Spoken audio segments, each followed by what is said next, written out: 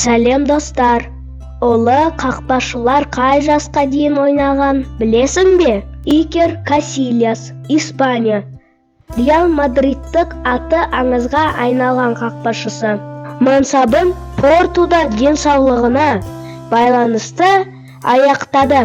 Оливер Кан, Германия. Баварияда 14 маусым өткізіп, сол жерде мансабын аяқтады. Питер Шмейхель, Дания. Манчестер Юнайтедтің аңызы болып саналады. Бірақ ол өзінің мансабындағы соңғы 2002-2003 жылдары маусымын Ман Ситиде өткізді. Эдвин ван дер Сар, Нидерланды. 2010-2011 жылдары Чемпиондар лигасынан кейін қоштасты.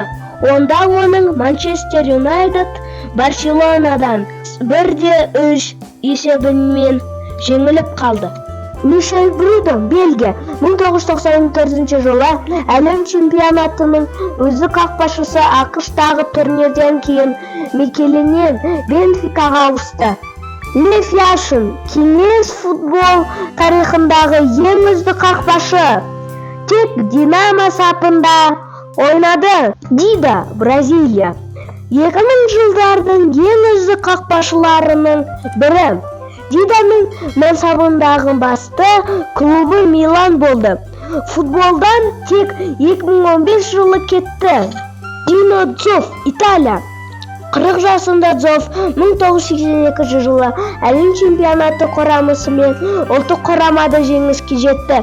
Тек бір жылдан кейін Ювентус қақпашысы мансабын аяқтады.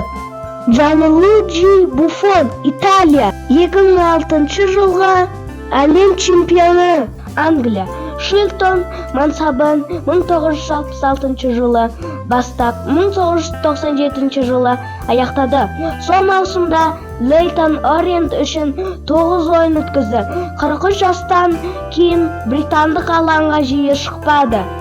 Келесі видеоға кездескенше каналыма тіркеліңіздер, лайк, комментария күтемін.